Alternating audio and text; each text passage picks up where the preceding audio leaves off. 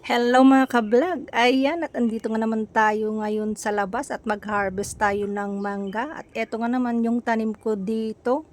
Ang liit-liit na puno pero ang daming bunga. Ayan, yung puno niya napakaliit pa lang mga ka-idol.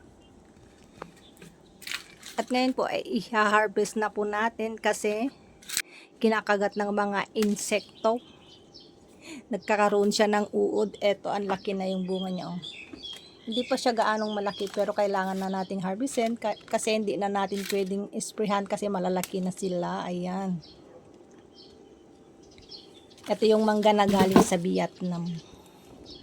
Oh, ang tamis niyan.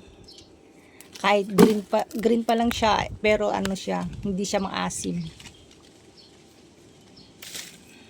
Ito kinagat siya ng mga insekto kaya kailangan nating harvestin. Sayang lang yung mga bunga naglalaglagan na sila.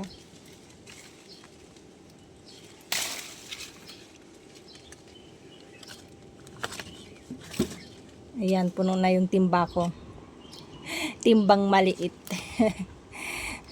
Thank you guys for watching. Ingat po palagi. God bless.